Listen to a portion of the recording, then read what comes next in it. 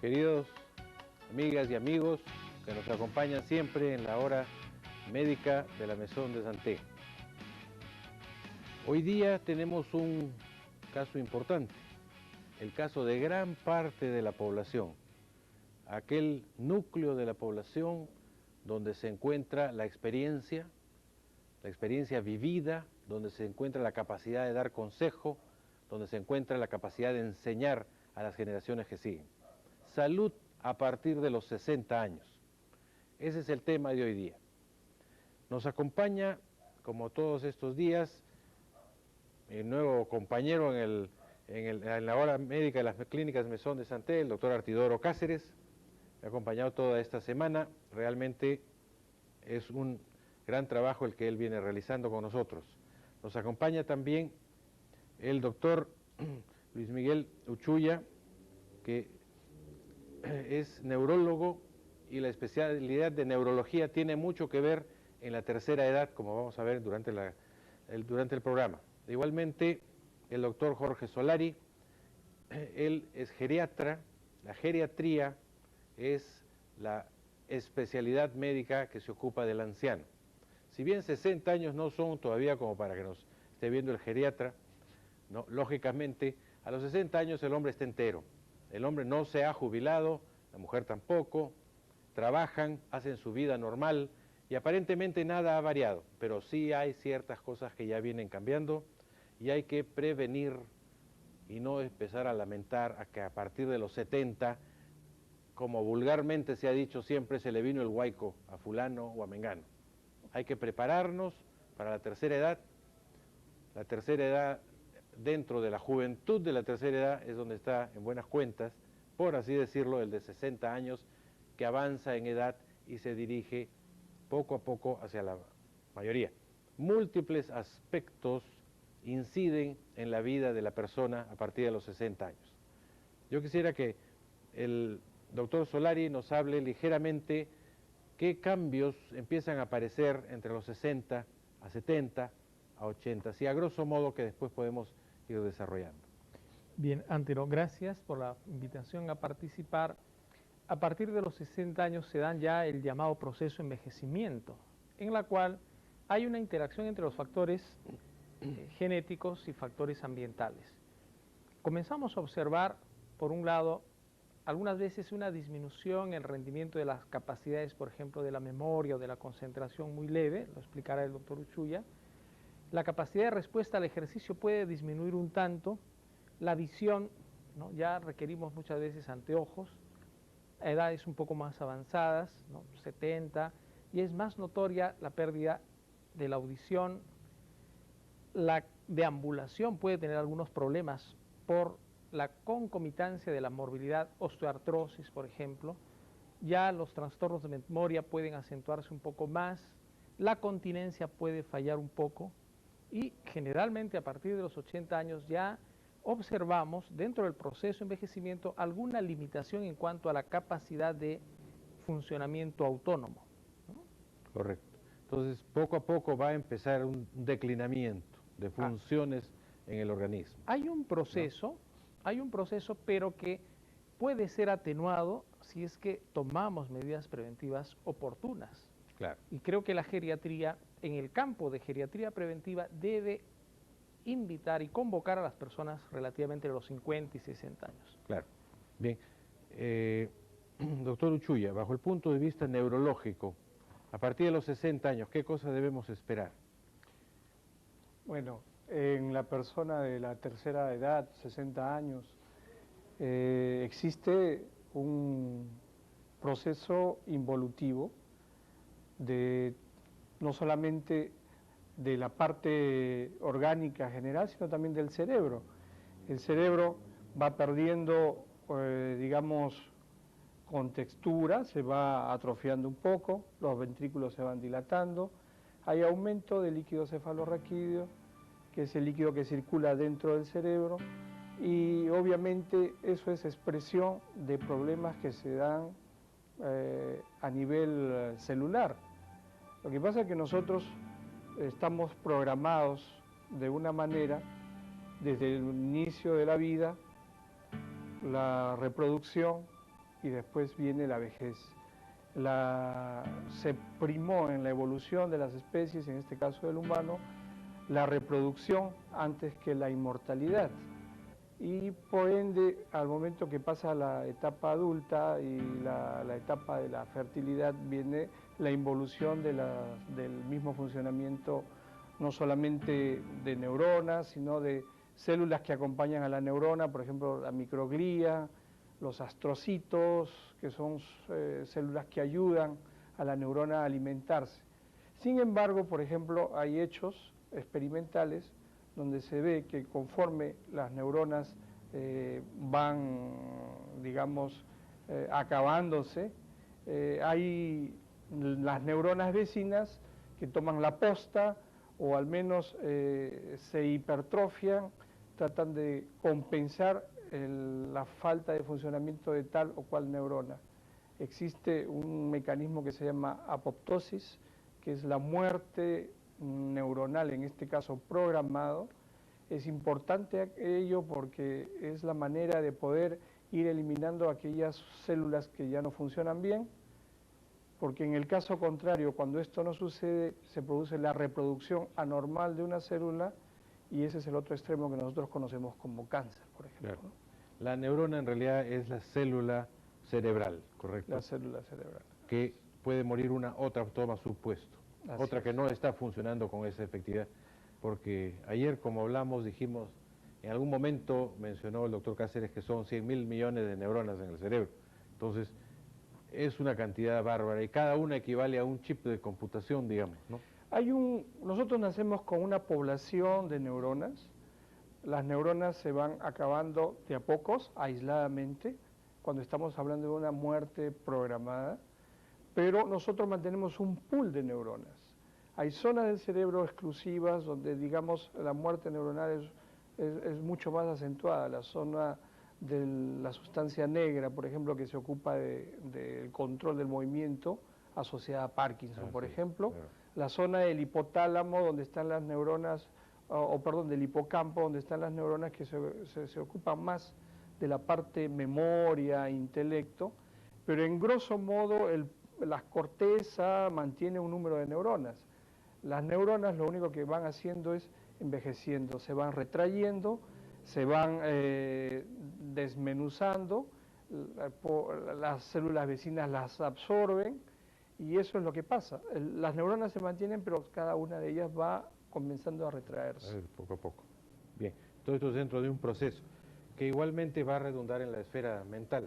Doctor Cáceres, ¿cómo podemos enfocar esto a partir de los 60 años? Bueno, doctor, yo iniciaría mi participación comentando que los mayores de 60 años en estos tiempos son también producto de la modernidad, ¿no? Hace 300 años un geriatra probablemente no hubiese tenido mucho trabajo porque las personas que sobrepasaban los 50 años de edad eran pocos, pero a medida que hemos ido logrando comodidades en nuestra sociedad, la medicina ha ido evolucionando, hemos ido prolongando nuestro tiempo de vida y por ende hemos tenido que ir adaptando nuestros conocimientos al respecto de este proceso de envejecimiento.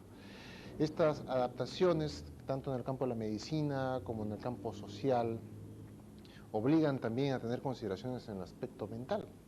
El primer principio que yo me permito plantear a las personas que pasan los 60 años es un principio que también me permito darle a todos los jóvenes. Todos debemos conocer nuestras virtudes y nuestros defectos, debemos conocer nuestras capacidades y nuestras limitaciones y debemos aprender a convivir con ellas. Estas capacidades y estas limitaciones varían de acuerdo a la edad. Adquirimos mayores capacidades o perdemos capacidades con la edad, tenemos nuevas limitaciones con la edad.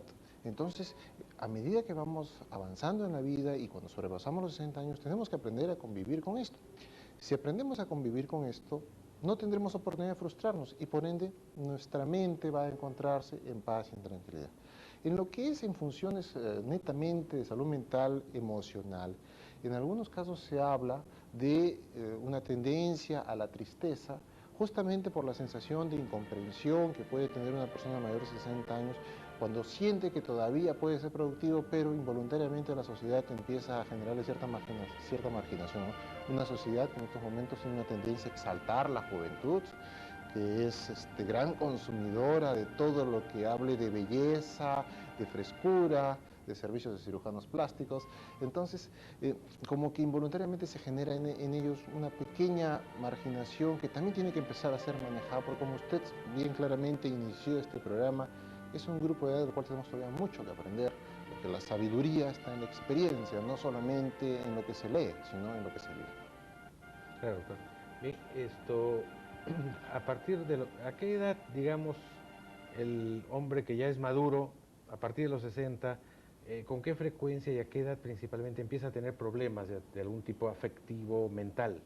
Bueno, podemos hablar en nuestra cultura, digamos, occidental, latina, podemos notar ciertas variantes en la conducta del varón, generalmente a partir de los 45 años, a respecto de su capacidad de enamoramiento, ¿no? Algunos, no todos los varones, a los 45 años entran en un estado de duda al respecto de si seguiré siendo atractivo o no, y empiezan a tener enamoramientos medios pasionales con ciertas personas que a veces no son las más adecuadas para ellos, y se generan a veces crisis dentro de los matrimonios constituidos, y aparece la sabiduría popular, genera una expresión, el viejo verde, ¿no? Entonces, podríamos decir que en los varones podemos encontrar desde esos momentos ciertas variantes en el comportamiento. Si sobrellevamos esto, porque hay personas que aceptan plenamente su paso a una nueva etapa de la vida, si sobrellevamos los 45 años plenamente dentro de una organización funcional, no implica estar bien casado nada más, implica ser socialmente activo, laboralmente activo. Entonces podemos llegar a una segunda etapa que son los 60 años, cuando empezamos a notar que por más gimnasio que hagamos, que por más dieta que sigamos, el proceso de envejecimiento no se puede congelar. Entonces aparecen algunas pequeñas insatisfacciones con uno mismo, como explicó hace unos momentos, que tenemos que tratar de sobrellevar. Pero también existe otro principio, doctor, que una persona que llega a los 60 años ha hecho toda una vida con un grupo de amistades, un grupo social, pero no todos tienen la suerte de llegar a esa edad, y tenemos que estar preparados también para la muerte de las personas que apreciamos o los seres queridos. Y esa es la gran crueldad de llegar a los 90 o 100 años de edad, que a veces llegamos sin nuestros amigos, sin nuestros seres queridos de primera generación. Tendremos nietos, bisnietos, pero eso es un detalle que tenemos que conocer. Perfecto, claro, es un punto en el cual vamos a hacer mayor incidencia en los próximos bloques. Bien, estamos regresando con ustedes dentro de unos momentos. Cualquier llamada, cualquier consulta que quieran hacernos en cualquier momento durante el programa, por favor, al 467-5500. Gracias. Para una gran parte de la población, la salud a partir de los 60 años.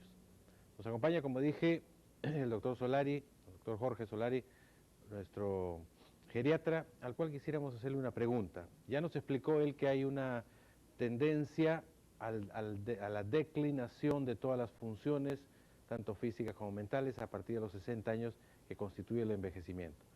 No lo podemos impedir, pero ¿cómo podemos mejorar esta situación? ¿Cómo podemos prevenir complicaciones? Doctor Antero, un concepto fundamental es que el envejecimiento tendría que ver con interacción de factores genéticos, a los cuales, a pesar de conocer el tema del genoma humano, esperaremos algunas décadas todavía para ver cómo se puede intervenir en la mayor o menor declinación del envejecimiento. Pero el otro factor, que es el factor ambiental, el factor que tiene que ver con dieta, actividad física, actividad social, participación social, en diversos estudios sí han demostrado, estudios realizados en Francia, en Alemania, en otros países, han estudiado cuál es la calidad y características de la vida de la gente que llega a 100 años, por ejemplo. Y la respuesta ha sido fabulosa, no está en las hormonas, en las vitaminas, sino en la actividad física, mental, social y espiritual intensas, ¿no? Entonces creo que es un concepto revolucionario el hecho de que podemos modular la tasa de envejecimiento, podemos propender hacia un envejecimiento saludable, tomando como pilares centrales de toda esta propuesta una nutrición. Desde los tiempos de Hipócrates se rescataba la nutrición como parte de la medicina. La actividad física, elemento central, ¿no?, de mejorar la circulación, la respiración, evitar la osteoporosis, y creo que este es un tema de este tiempo, la participación del adulto mayor en los ámbitos tanto de la familia, de la sociedad y, por qué no, de la nación. O sea, en realidad es procurar En buenas cuentas, continuar con la vida que se ha seguido, Sí, no parar. no parar. Mantenerse muy activo, pero modulando la dieta. Poca grasa, poca sal, más fibra, caminar 30 minutos al día. Esa es la propuesta, muy concreta, y participar en los centros de adulto mayor, en los clubes, en las parroquias, en los partidos políticos, en cualquier institución, porque, y probablemente Artidoro lo comente con mayor amplitud, el sentido de pertenencia a algo evita el problema del aislamiento, de la soledad, de la minusvalía y el deterioro progresivo. Perfecto. Doctor Uchuya, bajo el punto de vista neurológico, que son los pacientes que usted ve muchas veces ya enfermos, ¿cuáles son los problemas más frecuentes que se ven a partir de los 60 años y en qué forma se pueden prevenir también en este caso? Hemos hablado del envejecimiento de las neuronas. Es en esta década donde se presentan aquellas enfermedades neurodegenerativas, digamos que tienen un terreno para hacerlo. Parkinson, por ejemplo, hay un poquito más de incidencia de accidentes vasculares cerebrales, pero digamos, el común de las gentes que va a una consulta neurológica es problemas de memoria. No solamente 60 años, 50, 40 años. Entonces uno enfoca el problema de memoria en función de la persona. Existe pues a partir de los 60, 70 una declinación de las funciones intelectuales, cognitivas, propias. Se llama el olvido benigno del anciano, por ejemplo, que hay que tratar de orientar a la persona a que mejore su memoria. ¿Cómo? Estimulándola. Hemos hablado de un fenómeno de neuroplasticidad, neuronas que toman la posta de otras cuando dejan de funcionar. Pues eso implica entrenamiento, y el entrenamiento lo hacemos nosotros mismos. La memoria se ejercita, es como un músculo, hay que estimularla, hay que hacer actividades activas, interactuadas. Por ejemplo, no es cuestión de solamente ponerse a leer o mirar la televisión, es una cosa pasiva. Hay que hacer lo más simple, jugar canasta, jugar ajedrez, hacer crucigramas, pupiletras, estimular, por ejemplo, la repetición. En la repetición se está grabando en el circuito de memoria las cosas que nosotros hacemos. Cuando vamos a hacer algo, repetimos un intervalo de 1 o 2 minutos y almacenamos. Las personas mucho más jóvenes, el problema de memoria pueden estar ligados más a problemas de tipo afectivo, depresión. La depresión de la persona que, por ejemplo, entra a la jubilación, cambia de manera de vivir, o la situación económica que comienza a afectarlo, y obviamente no necesita uno estar llorando en un rincón, simplemente se pierde la memoria, hay dificultad para dormir, duele la cabeza, son signos todos indirectos de un cuadro depresivo inhibido que están afectando a una persona. Ahí viene lo que dice el doctor Solari, que esa persona debe tratar de participar, socializar, ¿no? De esa manera uno mantiene activas las neuronas.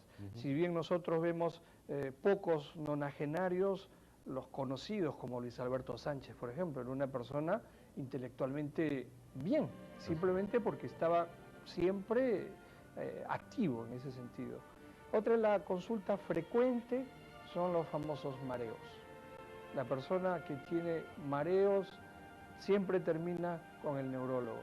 Pero en realidad el problema hay que enfocarlo con varios aspectos.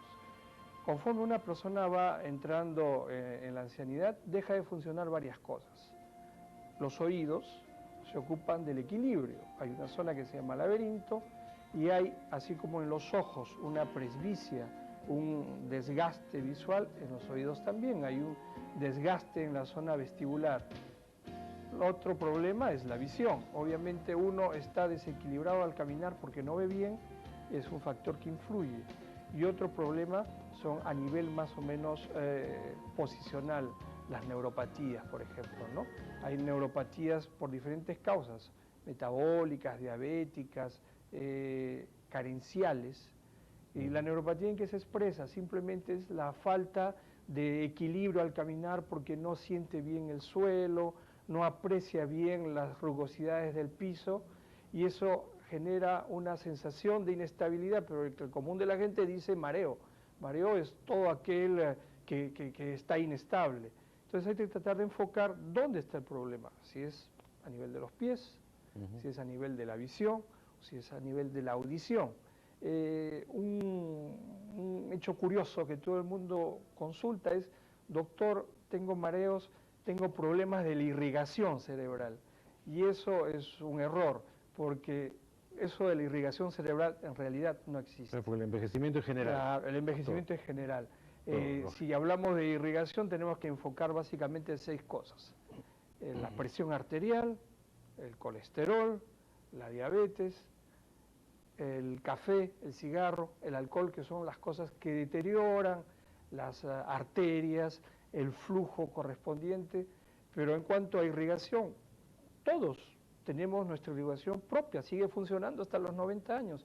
Ayer vi un paciente, 94 años, el señor está entero. Yo mismo comencé a hacerle un test de memoria, de atención, quedé sorprendido. Son pocos los gerontes que llegan a esa edad, pero eso está predispuesto por 2 factores: ambientales, ya dijo el doctor Solari, y genéticos. Genéticos, claro, hay un factor hereditario. Quizá una pregunta un poquito enredada, pero en muchos países se acostumbra a que el anciano que ya empieza a tener problemas de memoria, problemas de equilibrio para vestirse, etcétera, simplemente lo institucionalizan porque le es incómodo a la familia. Los hijos viven en diferentes ciudades, están casados con gente extraña totalmente para el padre o la madre, y finalmente está mal el viejito y lo ponen en una institución para viejitos. En Latinoamérica, por lo general, los países latinos, se ha acostumbrado a que cada familia convive con sus viejitos. ¿Qué diferencia hay entre estos 2 viejitos? ¿Cuál vive mejor? ¿Cómo es? Y es una pregunta capciosa, doctor, porque evidentemente son patrones sociales bien definidos en países como en Europa, en países de la Comunidad Europea o en Estados Unidos. Se fomenta mucho la independencia, ¿no? Y la vemos la independencia desde que terminamos la adolescencia. Un chico de 21 o 22 años ya está siendo enviado a vivir solo en una ciudad universitaria o empezar a trabajar, mientras que en nuestro medio es a la inversa, ¿no? Termina usted la universidad, el grado, posgrado, se casa y tiene hijos y sigue viviendo con sus padres, porque hay ciertas condiciones no solamente sociales sino económicas que hacen que nosotros en Latinoamérica tengamos una estructura social distinta. En Latinoamérica también existe esa tendencia a que cuando usted nos dice los viejitos se quedan con la familia, no es tanto con la familia, generalmente es con la hija última que tiene que asumir la responsabilidad, porque los hijos hacen su propia vida cuando ya no necesitan, y es la hija última la que tiene que, si es que tiene una vida sentimental y se casa, tiene que asumir la responsabilidad del cuidado del padre o de la madre, o también a veces hacen el gran sacrificio de su vida sentimental por dedicar, si tenemos esas hermanas solteras que se quedan cuidando a nuestros padres. Entonces es una situación curiosa. Si usted me pregunta cuál es el que va mejor, depende quién se acomoda mejor a su sociedad. Si un individuo hace su vida sabiendo que a partir de los 60 años sabe que va a estar en una institución, pero no pues una institución que le recuerde permanentemente incapacidad, porque existen instituciones en las cuales más bien existe un tipo de socialización, estas grandes urbanizaciones en Miami para las personas de la tercera edad que tienen una supervisión médica y una supervisión de enfermería, pero que tienen una vida social, una dinámica, se sienten mucho más gratificados al respecto de la vida que si estuvieran acomodados al lado de sus hijos. Pero acá en nuestro país, o en Latinoamérica, más bien los padres quisieran sentirse, no es la mayoría, pero un gran grupo de ellos, se sienten queridos, no cuando se respeta su independencia, sino cuando tienen a sus hijos cerca. Entonces son patrones culturales, doctor. Es un poco difícil decir quién es más feliz en cuál de las dos situaciones. Personalmente yo considero que debemos estimular la independencia tanto de nuestros jóvenes como de nuestros adultos mayores, porque todos tenemos vidas que desarrollar, tenemos que mantener nuestros lazos afectivos, pero tampoco debemos invadir los territorios de otras personas, porque también a veces nosotros entramos en la sobreprotección, queremos cuidar demasiado a nuestros padres y los sobreprotegemos tanto que cuando el papá o la madre de 60, 70 años se enamora de alguien, lo tomamos como la presencia del anticristo, como si no tuvieran derecho a un enamoramiento luego de la viudez o luego de...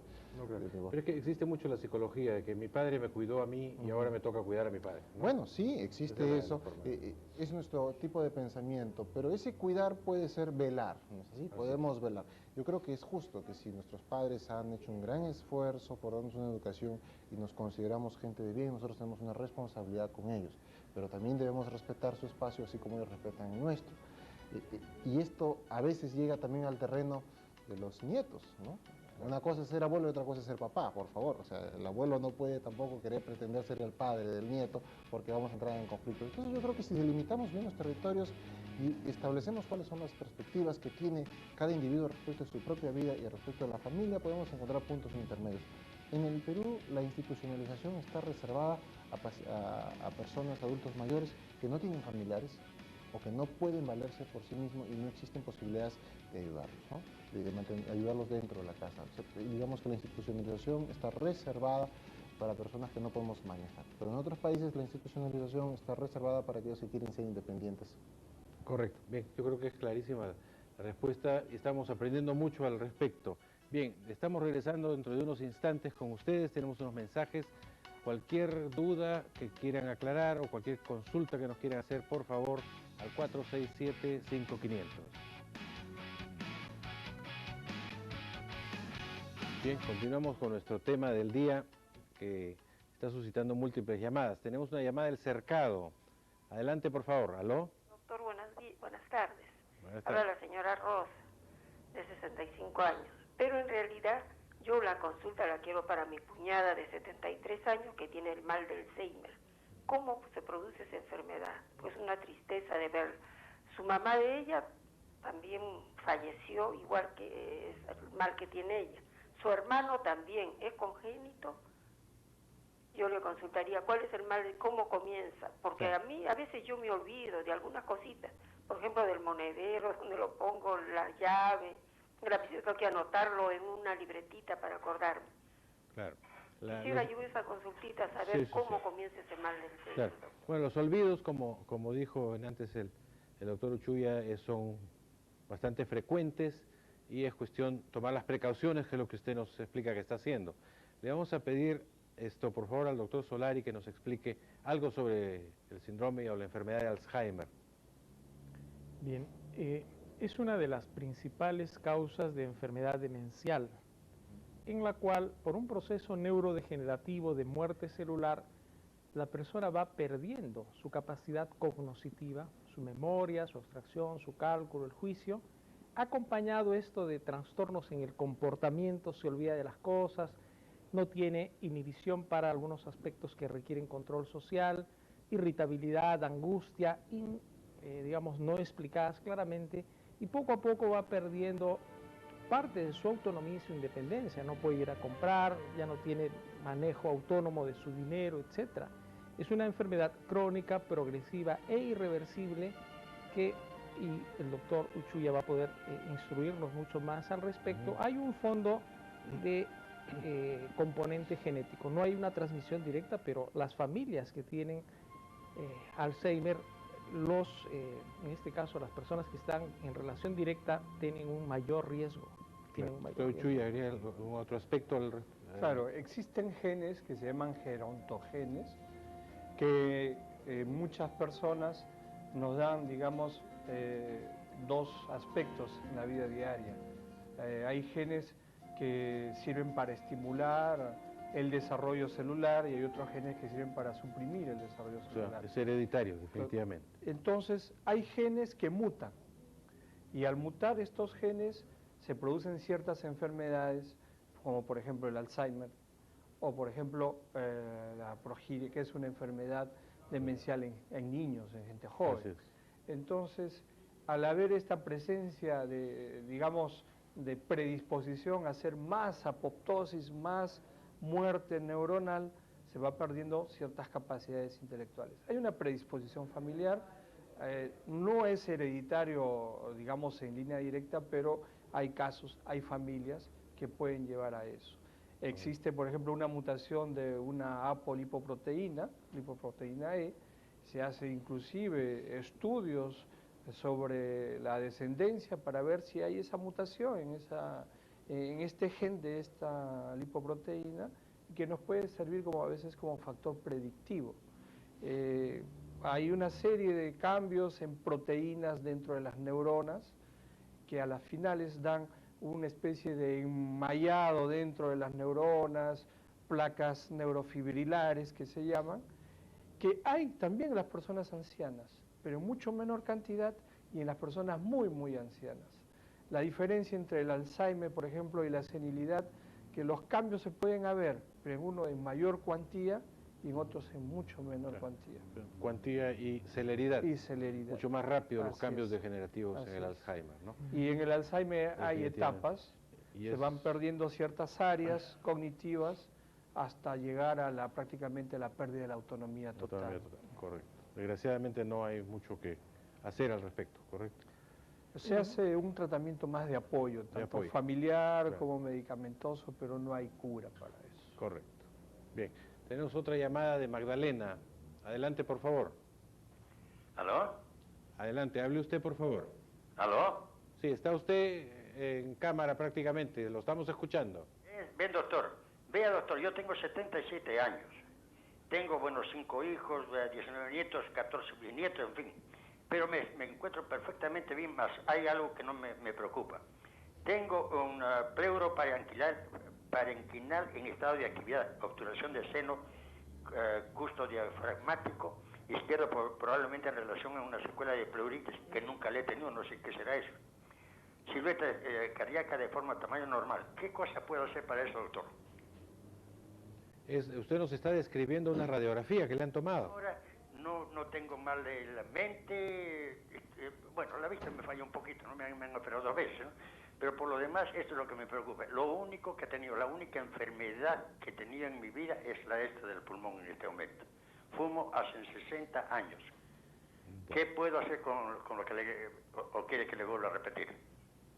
Bueno, mayor enfermedad, por lo que usted nos está describiendo, no hay. Prácticamente nos está usted dando el resultado de una radiografía.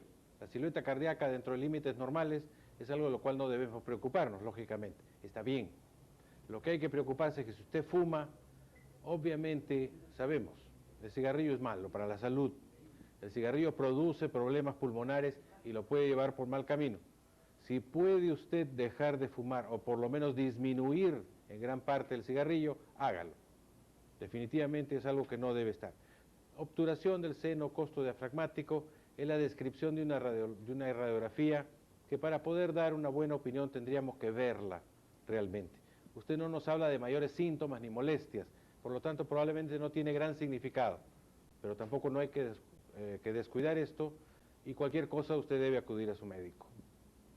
Bien, avanzando mientras tanto con el tema, quisiéramos pedirle al doctor Solari que nos hable un poco. Deportes a partir de los 60 años, a partir de en la tercera edad. Los deportes, ¿qué función tienen? ¿Se deben, no se deben hacer? Hay una famosa frase de la abuelita, deporte, salud, creo que la retomamos, ¿no? Para ilustración de los amables televidentes, la actividad física es central, es fundamental en toda etapa de la vida. Y especialmente en la gente mayor, la actividad física mejora el tono muscular, el rango articular, la circulación en general, ayuda a que el colesterol pueda metabolizarse de mejor manera, los diabéticos van a regular mejor su glucosa, el estrés se va a poder controlar mejor, va a haber más apetito, se evita la rápida descalcificación de los huesos que orientan y van hacia la osteoporosis. En realidad se constituye la actividad física regular y sostenida en un elemento modulador para el bienestar. Ahora, en cuanto al deporte, obviamente la persona adulta mayor debe tener una evaluación médica para poder tener una idea si realmente no tiene ningún factor de riesgo que le pueda limitar, problemas coronarios, por ejemplo. Pero si no hay nada de esto, deportes tan interesantes como, por ejemplo, las caminatas de manera regular, si la podemos tomar como deporte, la natación, que es fabulosa, ¿no? Y de repente realizar actividades que puedan tener un componente de caminar, que disminuye el estrés, como el golf, que es otro deporte que ojalá pudiéramos tener cada vez más acceso las personas mayores, pero que el deporte, la actividad física regular se constituye en un elemento central. Veíamos hace algunos momentos unos pasajes del el baile, por ejemplo. El baile es un elemento fabuloso donde integra el cerebro, donde integra la actividad física, donde mejora la circulación y hay el componente emocional, espiritual. Entonces, hay que promover también un baile, hay que promover a otras actividades que tienen que ver con movilización de cuerpo, mente, espíritu, como por ejemplo el tai chi, que tanta acogida en nuestro medio, ¿no? Promoveríamos a los señores televidentes a que, aún sin ser adulto mayor, en realidad, toda etapa de la vida debiéramos promover actividad física, la movilización permanente de todo nuestro cuerpo es un sinónimo de salud. Perfecto. Bien, nos estamos dejando, se está generando mucha polémica y mucho interés en este tema entre todos los especialistas. Tenemos llamadas que están entrando, hay un tema muy especial que quiero preguntarle, para ver si me lo contesta rápidamente. Siempre se ha hablado de que la sexualidad declina, el interés de un sexo por el otro declina a partir de los 60 años. El enamoramiento no existe, la vida social, familiar también declina, y últimamente han salido nuevas drogas, nuevas medicinas que de la noche a la mañana han dicho no, esto se puede continuar, esto se puede mejorar, pero ¿hasta qué punto existe o funciona o cómo es la sexualidad en la tercera edad? Bueno, la sexualidad se mantiene, es cierto, como una función, pero digamos que la efectividad de respuesta sexual es más lenta porque hace parte del proceso de envejecimiento.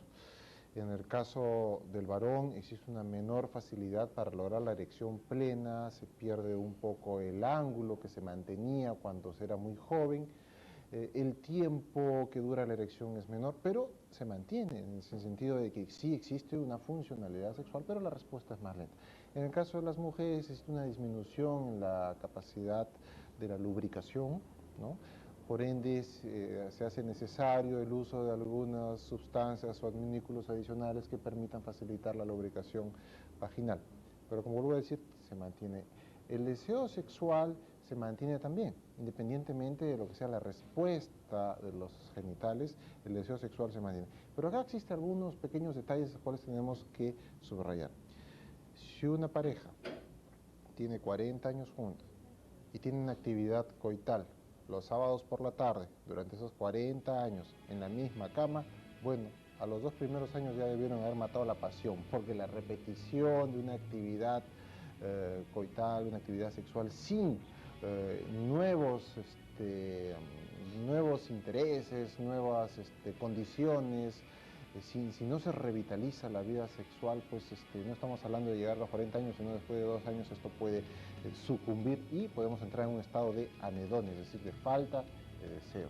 Porque también nuestra cultura ha hecho pensar a mucha gente que después de los 60 años tenemos que anular nuestra sexualidad y algunas personas tienen bien grabado eso en su cabecita y, digamos, antifisiológicamente están inhibiendo su sexualidad, tratando de eliminar el deseo, y al eliminar el deseo se empiezan a crear síntomas, se empieza a crear gastritis, dolores de cabeza, malos humores, alteraciones en el temperamento. Entonces también es importante notar que si el adulto mayor de 60 años tiene una vida sexual plena, si está casado, felizmente casado con su pareja, y si es soltero por alguna razón, tiene una vida sexual plena con lo que le presente la oportunidad de la vida, vamos a tener un mejor temperamento, más ganas de vivir y vamos a disfrutar mucho mejor nuestra realidad.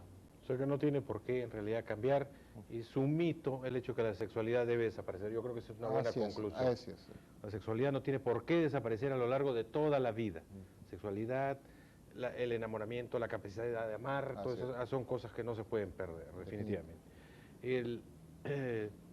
Próxima llamada que nos está ingresando es de San Juan del Lurigancho. Adelante, por favor. No. Aló, buenas tardes, doctor. Buenas tardes. Doctor, ¿sabe que yo quisiera hacerle una consulta? Sí. Tengo un pariente que tiene 78 años. Él ha estado muy bien hasta los 72 años. Ya. A los 72 años sufrió una caída, que la verdad que no sé ni cómo se cayó, pero la encontraron en el suelo, y a partir de ese momento él como que ha perdido un poco la memoria. Recuerda nada más que de la niñez, de la juventud, pero ya de los últimos años ya no recuerda nada. Y cuando conversamos, conversa muy bien, todo, baila, se va a compromisos. Pero, por ejemplo, le decimos, ayer estuvimos, ¿te acuerdas en tal fiesta? ¿Qué fiesta? No sé, no recuerdo. Ya. Doctor Uchuya, ¿cómo enfocaría usted el problema? Es frecuente las caídas en las personas ancianas, es frecuente la presencia de hematomas subdurales. He visto casos de personas que vienen después de 6 meses con una declinación progresiva de diferentes áreas, memoria, atención, y a veces no pueden ni caminar. Obviamente necesita una evaluación especializada, no vaya a ser que tenga un hematoma subdural, hay que hacerle una tomografía para descartar esa eventualidad, y en el caso que no fuere, obviamente hay que hacer pruebas neuropsicológicas, evaluar la memoria, la atención, la concentración. Quizás se trate de una demencia que se puede estar instalando, un deterioro cognitivo moderado, tardío que pueda presentarse. Necesita una evaluación, descartar una causa física y otra puede ser pues el deterioro propio de la persona, ¿no? Claro, perfecto. En realidad, bueno, necesita una evaluación y estamos a sus órdenes para lo que usted quiera mandarnos.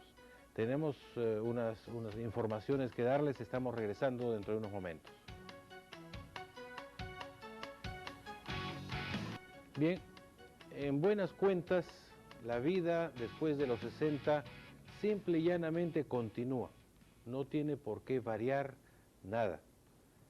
Va a haber un declinamiento de las funciones generales del organismo, va a haber un declinamiento de las funciones mentales de la persona. En síntesis, por lo que hemos podido escuchar de nuestros colegas especializados en diferentes disciplinas de la medicina, es cuestión de no parar de trabajar, no parar de buscar, aprender. Es muy frecuente aquella persona que tiene 50 y tantos años y en su trabajo lo mandan a que haga un curso y se va todo deprimido y asustado porque piensa que ya no tiene capacidad de aprender. Y es muy grato darse cuenta que sí tiene capacidad de aprender. Y se saca un 20, que no se lo sacaba cuando estaba en el colegio, porque ahora lo hace con madurez, estudia con detenimiento, escucha y presta atención, que es lo que debió haber hecho cuando estaba en el colegio. Ahora sí lo hace voluntariamente y puede. De todas maneras, y muy poco a poco, en unos más y en otros menos, la vida nos va a llevar en una rampa hacia la declinación de todas nuestras funciones. Es el proceso normal, hay que saberlo llevar con dignidad, hay que saberlo llevar sabiendo lo que se nos viene a todos, hay que estar preparados para la vejez, hay que estar preparados eventualmente para abandonar el planeta Tierra que es tan lindo. Es la vida, es así. Tenemos una llamada del Callao. Adelante, por favor. Buenas tardes, doctor. Buenas tardes. Mire, le hablo por mi mamá. Ella tiene 81 años, casi va a cumplir 82, y resulta que hará unos 6 meses ha empezado con ciertas cosas a olvidarse, a creer que mi nieto es su hijo y trata de hacerlo de esta manera. Nosotros tratábamos al principio de que mi mamá pues se diera cuenta que no podía ser por la edad que tenía. Ya nos han explicado cómo tenemos que hacerlo. Ella tenía el colesterol alto, es hipertensa y tiene azúcar también, diabética. Entonces, ahora la verdad es que no sé si esto tiene otro nombre o es que todos esos problemas que tiene mi mamá con su salud pueden ocurrir que ella haya hecho que cambie de esta manera su forma de ser.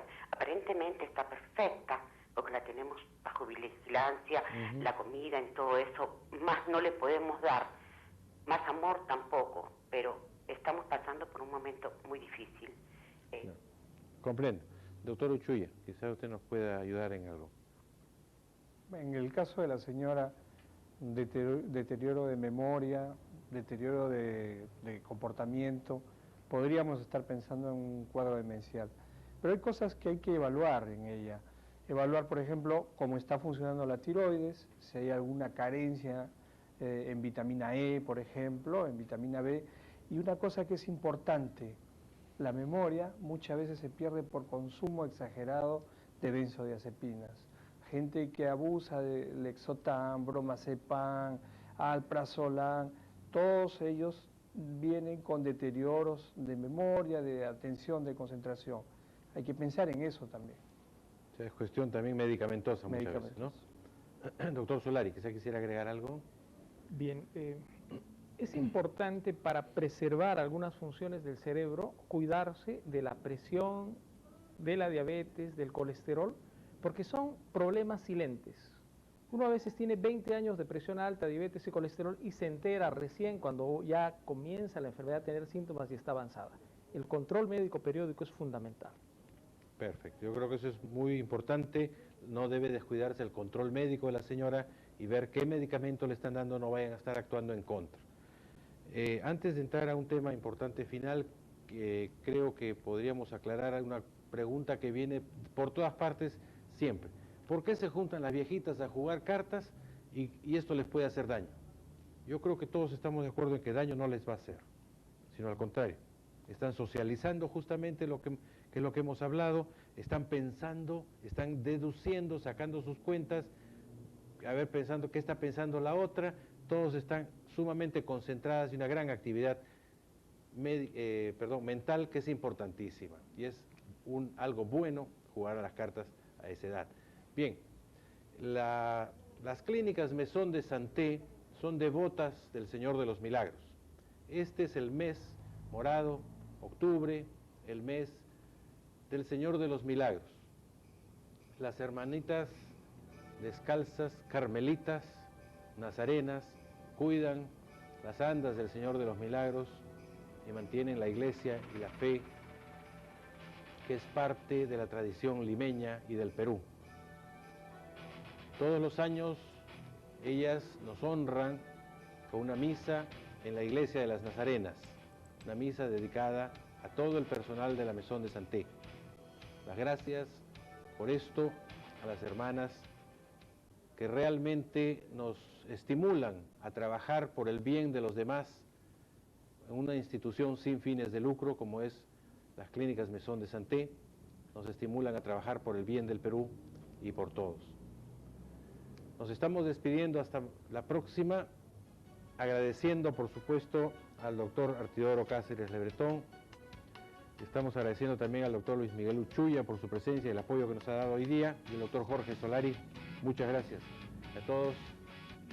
Hasta la próxima.